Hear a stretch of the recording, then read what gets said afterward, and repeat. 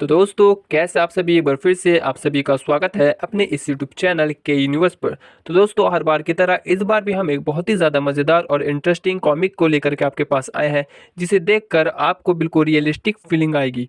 तो दोस्तों बिना किसी भी देरी के आइए जल्द से जल्द इस नई कॉमिक को स्टार्ट करते हैं और देखते हैं कि क्या है इस कॉमिक के चैप्टर फर्स्ट में। तो दोस्तों इस कॉमिक के चैप्टर फर्स्ट की स्टार्टिंग होती है जहाँ पर हमें एक यंग लड़के को दिखाया जाता है जिसका नाम ओपा होता है। वो हमें अपने जीवन में घटित सारी घटनाओं के बारे में बताता है कि उसकी फैमिली के साथ क्या-क्या हुआ। फिलहाल तो उसकी फैमिली में वो, उसकी बहन और उसकी मम्मी रहती है, जहाँ पर वो हमें स्टोरी बताता है कि कैसे उसकी बहन के साथ कुछ लोगों ने मिल कर के बहुत गलत किया और उसकी बहन का मर्डर कर दिया। तो इन सभी बातों के साथ वो हमें अपनी कहानी बताता है और शुरुआत में कहता है कि हमारी लाइफ औरों की तरह इतनी सिंपल नहीं है। अगर कोई भी हमारे फैमिली को देखेगा तो वो तुरंत ही ये बता देगा कि हम कितनी मुसीबतों के साथ सफ़र कर रहे हैं। हमारी ज़िंदगी दूसरे की तरह कंफर्टेबल हो भी नहीं सकती, क्योंकि कंफर्टेबल और लक ये सब तो सिर्फ कुछ लोगों को ही जन्म से मिलता है। मेरी मदर, मेरी सिस्टर और मैं बड़ी ही मेहनत से कमाते हैं, लेकिन फिर भी हम अपनी ज़रूरतों तक को पूरा नहीं कर पाते। इन सभी के बावजूद हम अपने खाने का जुगाड़ किसी तरीके से कर पा रहे हैं। लेकिन फिर भी वो इन सब चीज़ों के लिए गॉड का बहुत ही ज़्यादा ग्रेटफुल था। भले ही दोस्तों उसकी लाइफ में बहुत ही ज़्यादा मुश्किल थी, वो गरीब भले ही था, लेकिन वो अपनी लाइफ से बिल्कुल सैटिस्फाइड था और उसकी लाइफ अच्छे से चल रही थी। लेकिन परेशानी तो तब खड़ी होती है जब इस स्टोरी में उसकी सिस्टर के साथ कुछ लोगों ने बहुत ही ज़्यादा गलत किया हुआ होता है। ओपा की सिस्टर एक एंटरटेनमेंट कंपनी में काम करती थी, जहाँ पर कुछ दिनों तक तो सब कुछ ठीक-ठाक चलता रहा, मगर एक दिन ओपा की सिस्टर के साथ उसके ही कंपनी के बॉस और कुछ लोगों ने मिलकर उसे सेक्सुअल हरास करने की कोशिश की और उसका रेप कर मारकर एक नदी के पास फेंक दिया। जिसकी खबर सुनकर ओपा को बहुत ही ज़्यादा दुख हुआ और ओपा भागते दौड़ते अपनी बहन को देखने उसके पास आया और इस तरीके से अपनी बहन के हालात को देख करके उसे बहुत ही ज़्यादा तगड़ा सदमा लगा और वो देखकर दंग रह गया और वो अंदर ही अंदर बहुत ही ज़्यादा दुखी हो चुका था। यहाँ तक कि पुलिस ने भी कह दिया था कि ये आत्महत्या है। लेकिन ओप्पो को पता था कि ये सुसाइड नहीं है, बल्कि कुछ लोगों ने ही, इसकी कंपनी के ही कुछ लोगों ने जानबूझकर ये सब किया है।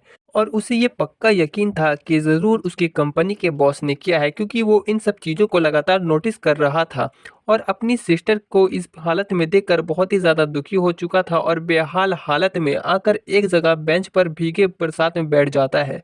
और उतने में ही एक लड़की उसके पास छाता लेकर के आती है और उसकी तरफ देखते हुए कहती है कि शायद तुम भी एक एक्टर बनना चाहते हो। इस लड़की के इतना कहते ही ओपा इसकी तरफ नज़र उठा करके देखता है और मन ही मन ये सोचने लगता है कि अगर मैं उस टाइम पर पीछे जा सकता था तो मैं सब कुछ पहले ठीक कर चुका होता। लेकिन अपनी सिस्टर की मौत का बदला लेने का ख्याल उसके मन ही मन में उसको सता रहा था और तभी वो डिसाइड करता है कि हाँ, उसे अब उस आदमी से बदला लेने के लिए जो कुछ भी करना पड़े वो करेगा।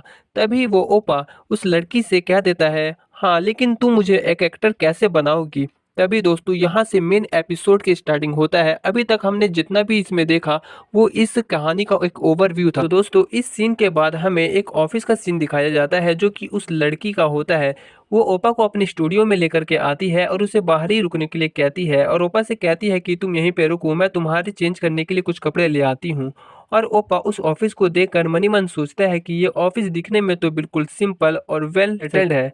और तभी इतने में वो लड़की ओपा के लिए कपड़े लेकर के आ जाती है और ओपा से कहती है कि इंतज़ार करने के लिए शुक्रिया, अब तुम जा करके इस कपड़े को चेंज कर लो। और तभी ओपा कपड़े चेंज करते हुए मन ही मन उसी आदमी के बारे में सोच रहा होता है जिसने इसकी बहन को मारा है।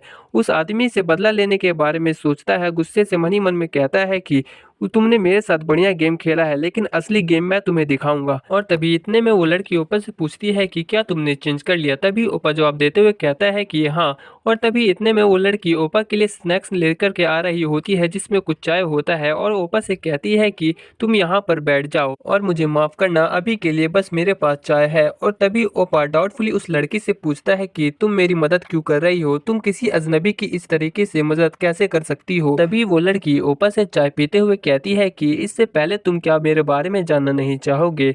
मैं किम हान्युल हूँ और मैं स्टेट लाइट कंपनी में एक फिल्म डायरेक्टर हूँ और मैं अक्सर शोज और ड्रामास प्रोड्यूस करती हूँ। और तभी ओपा भी अपने बारे में उस लड़की को बताता है कि मैं ली ह्यूंकी हूँ और तभी ओपा अपने बारे में और कुछ उस लड़की को बता पाता है। इतने में वो लड़की जिसका नाम किम हान्युल होता है, जिसे हम किम कह के पुकारेंगे, वो ओपा से कहती है कि सो ली ह्यूंकी, तुम्हारे क्वेश्चन क्या है? उसका मैं आंसर बिल्कुल सटीक दे दूंगी। तुम्हारे क्वेश्चन का आंसर बिल्कुल सिंपल सा है। तुम देखते हो कि कुछ लोग कहते हैं कि ब्यूटी इज अ की इन दिस फील्ड, तो मेरे ख्याल से तुम्हारे पास वो ब्यूटी है जिसकी हमें ज़रूरत है। तुम्हारा फेस बहुत ही ज़्यादा अट्रैक्टिव है जो लोगों को बहुत ही आसानी से अट्रैक्ट कर लेता है। और जब सबसे पहले मैंने तुम्हारे फेस की ओर देखा तो तुम्हारी ब्यूटी बहुत ही ज़्यादा मुझे अट्रैक्टिव लगी। इस वजह से मैं तुम्हें अपनी कंपनी स्टारलाइट के सबसे पहले एक्टर के रूप में तुम्हें बनाना चाहती हूँ। तो और तुम्हारे पास ये इतना ज़्यादा ब्यूटीफुल फेस है जिसकी हेल्प से हम वो सारी चीज़ें पूरी कर सकते हैं जिसकी हम दोनों को ज़रूरत है, और तुम एक अच्छे और फेमस एक्टर बन सकते हो। क्या इतना सब तुम्हारे क्वेश्चन के आंसर के लिए काफ़ी नहीं होगा? किम के इतना सब समझा देने के बावजूद भी ओपा सेटिस्फाइड नहीं होता है और किम से पूछता है कि आई एम सॉरी, लेकिन तुम्हारी कुछ बातें मेरी अभी समझ नहीं आई है। मिस किम, क्या तुम्हारे लिए ऐसी ही किसी टैलेंटलेस आदमी को हायर कर लेना बिल्कुल नॉर्मल है? और क्या तुम मुझे बिना किसी स्क्रीनिंग और इंटरव्यू के तुम्हारी कंपनी को ज्वाइन करने के लिए सजेस्ट कर रही हो? और तभी इतने में वहाँ पर एक ओल्ड मैन आ जाता है जिसका नाम क्वांग होता है।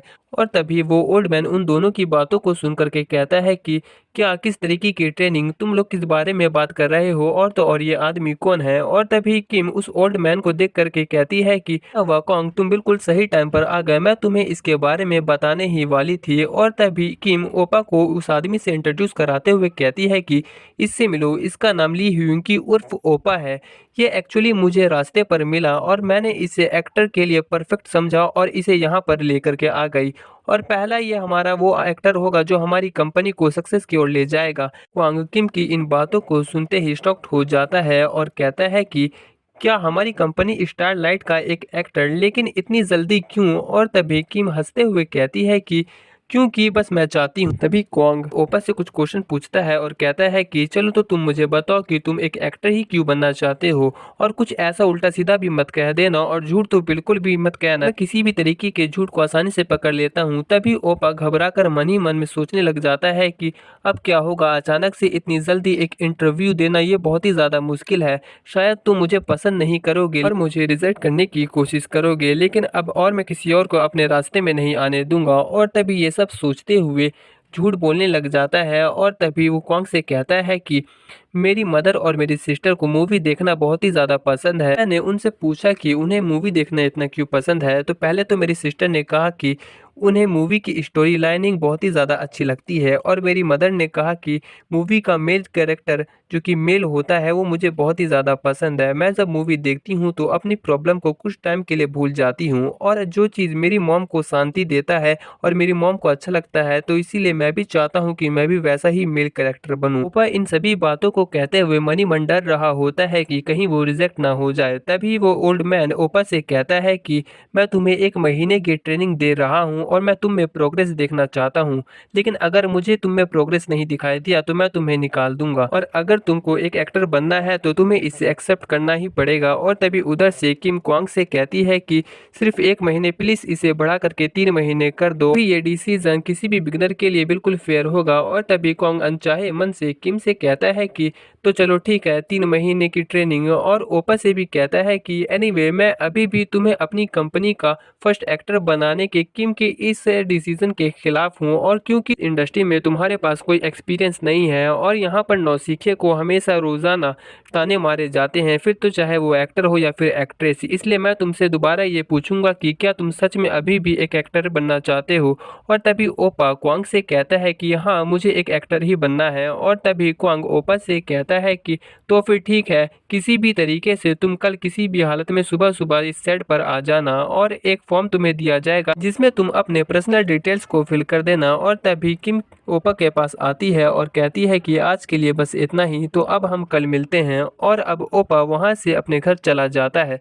तो दोस्तों, आज के लिए बस इतना ही। ये वीडियो यहीं पर ख़त्म होता है। आगे और भी ज़्यादा इसी तरीके की मज़ेदार वीडियो पाते रहने के लिए हमारे यूट्यूब चैनल को सब्सक्राइब कर ले, बेल आइकन को भी प्रेस कर दे और लाइक करना ना भूले।